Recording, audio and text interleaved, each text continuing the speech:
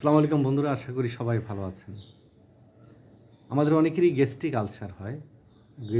Gastric ulcer হওয়ার পর অনেকেরই আপনার রক্তবমি হয়।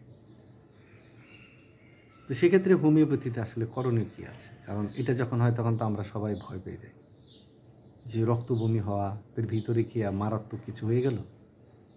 নানান ধরনের একটা দুশ্চিন্তা হয়, আরও ভয়ানক কোনো রোগের কথা মনে পড়ে। ডাক্তাররা অনেক সময় বলেও থাকে।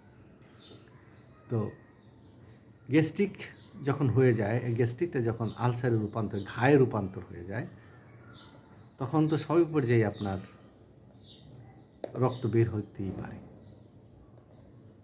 অনেকের আবার আপনার মলদ্বার দিয়েও অনেক সময় যে মল বের হয় সেগুলির সাথে রক্ত থাকে, অনেকের টাটকা রক্ত থাকে, তাই না? তবে এই যে মনে করুন অদ্ভুত রকমের এই যে রোগটা, যে আলসার হয়ে গেছে, গ্যাস্ট্রিক আলসারের রোগী রক্ত বমি করতে, সে যখন দেখে তখন তো কাপড় হয়ে যায়। তারপরে অন্য কেউ যদি দেখে তাও তো সে ভয়ানক ব্যাপার না, যে একদম টকটকে রক্ত বের হচ্ছে, কিংবা কালচে রক্ত বের হচ্ছে।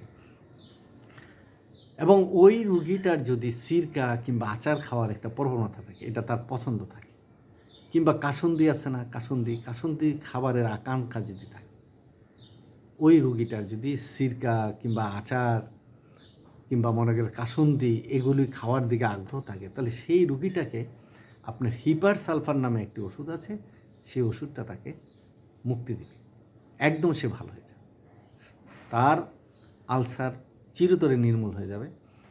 রক্ত পড়া তো প্রশ্নই ওঠে না, তার শরীর স্বাস্থ্য যে ভেঙে গেছিলো সেই স্বাস্থ্য আবার ফিরে আসবে, তার চেহারার কমনীয়তা ফিরে আসবে। তো এইগুলো তো ভাবতে গেলে অবাক লাগে না বন্ধুরা, যে সামান্য একটা বড়ি, তাও পানিতে দিয়ে ঝাঁকি দেওয়া হয়, কিংবা অনেক সময় আমরা ডিরেক্ট ওষুধও দিই, যে 3-4 ফোঁটা করে আপনি খাবেন, তাই না? অনেকে হয়তো ওই মানে তরল যে অরিজিনাল ওষুধটা সেটা দেওয়া হয় না, বড়িতে বেশিরভাগ কার্যকর হয়, তারপরে দামটাও কম পড়ে, ইত্যাদি ইত্যাদি। তো একই কাজ, একই, কিন্তু এই ওষুধটা আপনি যদি একটু ধৈর্য সহকারে কয়েকদিন খান, দেখা যাবে যে এই হিপার সালফে ওই রুগীটাকে নতুন একটা জীবন দেবে। এটা কি কল্পনা করা যায়? এখন ধরুন আপনার এরকম প্রবলেম হলো, কিংবা ঘরের কারো এরকম হলো, বন্ধুবান্ধব কারো হলো, আপনার অবশ্যই পরামর্শ দেবেন যে একজন হোমিওপ্যাথি সম্পর্কে ভালো জ্ঞান রাখে এরকম একজন মানুষের কাছে তোমরা যাও। সেখানে গেলে তিনি হয়তো আলোচনা করবে, আরও হয়তো অন্য কোনো ওষুধও তিনি দিতে পারেন। কিন্তু আপনি এই হোমিও ওষুধে দেখা গেল যে আলসার, গ্যাস্ট্রিক আলসার এবং রক্ত পড়ার এই যে প্রবণতা, এই ধরনের রুগীরা একদম সম্পূর্ণ সুস্থ হয়ে আপনার জীবনযাপন করতে পারবেন। আপনার ভালো খাওয়া